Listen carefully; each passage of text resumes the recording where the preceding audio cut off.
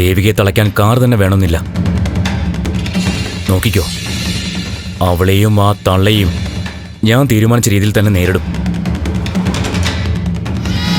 അവരുടെ അവസാനം കണ്ടേ എനിക്കിനി റെസ്റ്റ് ഉള്ളൂ. ഞാൻ വിളിക്കാം. ഋഷി നിക്ക്. നീ ആരോടാ സംസാരിച്ചേ? എന്റെ ഒരു ഫ്രണ്ടിനോടാ അമ്മേ. ഫോണിങ് താ നോക്കട്ടെ. അമ്മയ്ക്ക് എന്താ ഞാൻ പറഞ്ഞിട്ട് വിശ്വാസം വരുന്നില്ലേ? ഇല്ല, ഇപ്പൊ നീ പറയുന്നതും പ്രവർത്തിക്കുന്നതും ഒരുപോലെയല്ല. അങ്ങനെ പറയല്ല അമ്മേ. അമ്മയോട് എന്നും എനിക്ക് സ്നേഹമുള്ളൂ.